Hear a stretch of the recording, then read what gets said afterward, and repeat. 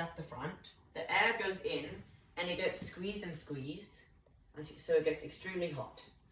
Now it just goes kablam, right here, where there's a flame holder, which is like a mini flamethrower, very child unfriendly, but it will burn the air up and shoot it at the back, kind of like a rocket. Next.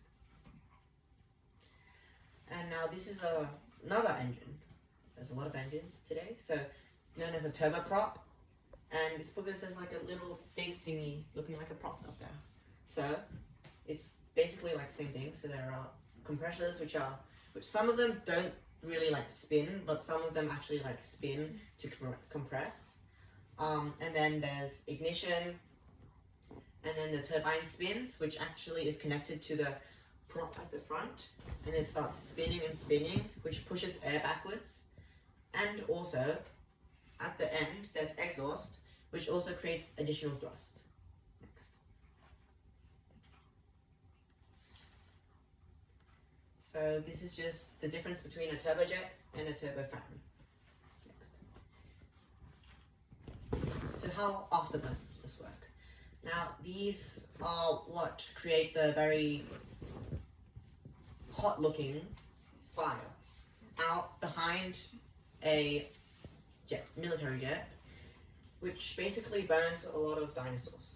So the exhaust, so basically what happens is, in a typical turbojet engine, which is what these fighter jets use, the exhaust still has a little bit of oxygen, which is just trying to just escape, which cannot be allowed. So they spray extra fuel and rekabam it, and then that creates more fire. And now this is what used to be used to achieve Mach 1. Now there are a few downsides to this method. So this consumes a lot of fuel, like a lot, and so which is why militaries are developing a technology called supercruising, which allows planes to travel at the speed of sound without actually having to use afterburn. So how electric planes work, in theory. So what happens is there are like little fans. You might not be able to see them, but they're like here. And so they are turned using brushless DC motors, which is also the motors that are involved in Teslas, which have permanent magnets, and the rotor which is this thing, has permanent magnets outside the outer part of the inner core, which may seem complex, but it's just the outer part of the inner half. So the outer part has copper windings, which can be also seen in like stuff like magnets. So like magnets used to push bullet trains. And so as you can kind of expect, these fans go really fast, like really, really fast, and they make the plane go really fast. And now there is extreme thermal efficiency, which is basically that not much of the energy actually put into this is wasted through heat, because as you might expect, traditional planes are pretty hot near the engines, and which wastes a lot of energy. Now, but there's a few downsides of electricity, which is primarily the weight downside, which basically means that your maximum takeoff weight is your maximum touchdown weight, because batteries do not lose weight as they consume energy, which is kind of sad. Now, how electric planes work in theory, part 2. Now, this one looks quite a lot like a little bug. As you can see, the eyes, the legs. Okay. So, this is known as ionic thrust. So, there's an ion intake, which is commonly xenon ions, because they are extremely, they have many electrons in them, but they are also quite easy to store.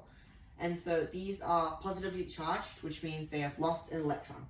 Now, this is useful as you can now make these go like a railgun with a few magnets at both sides, and they are shot out through the end, and then in the form of plasma.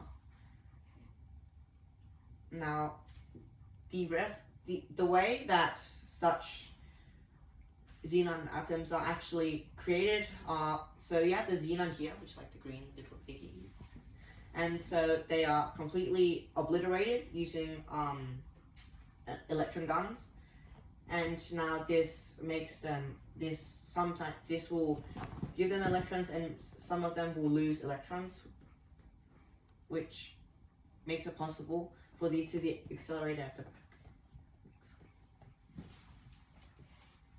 So how hydrogen planes work in theory. So now these are nearly the same as like a normal jet, but surprise, surprise, you use hydrogen. Now the problem with this is that the hydrogen needs to be liquid, which means it's going to be a bit cold, maybe really cold, and also hydrogen's really like flammable, so you're going to want to be careful. Next. So, which one is best?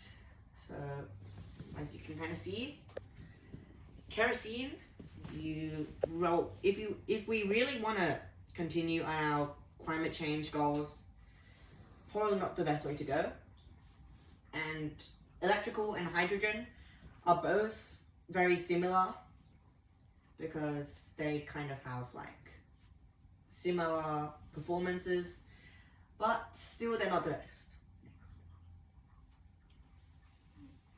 This is because kerosene has 43 megajoules per kilogram of kerosene, and also because kerosene is a fossil fuel, which is kind of bad, and kerosene prices can get up and down really quickly, like what's been happening recently.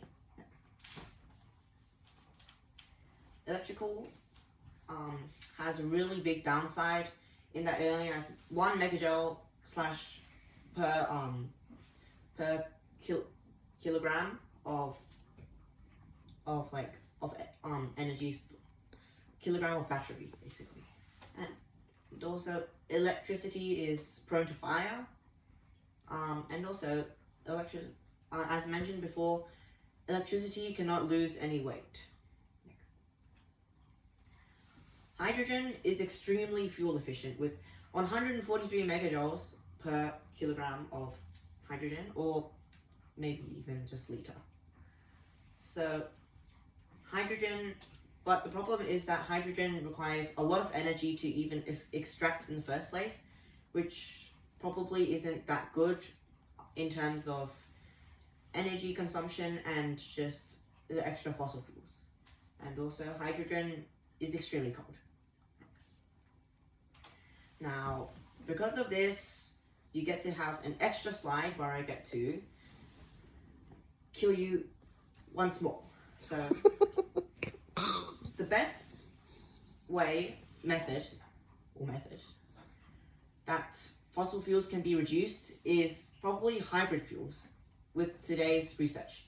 So basically it uses hydrogen fuel cells and electricity. Now, so what happens is there's still like the traditional hydrogen engines, but you have the extra hydrogen used to generate electricity, which also assists flying.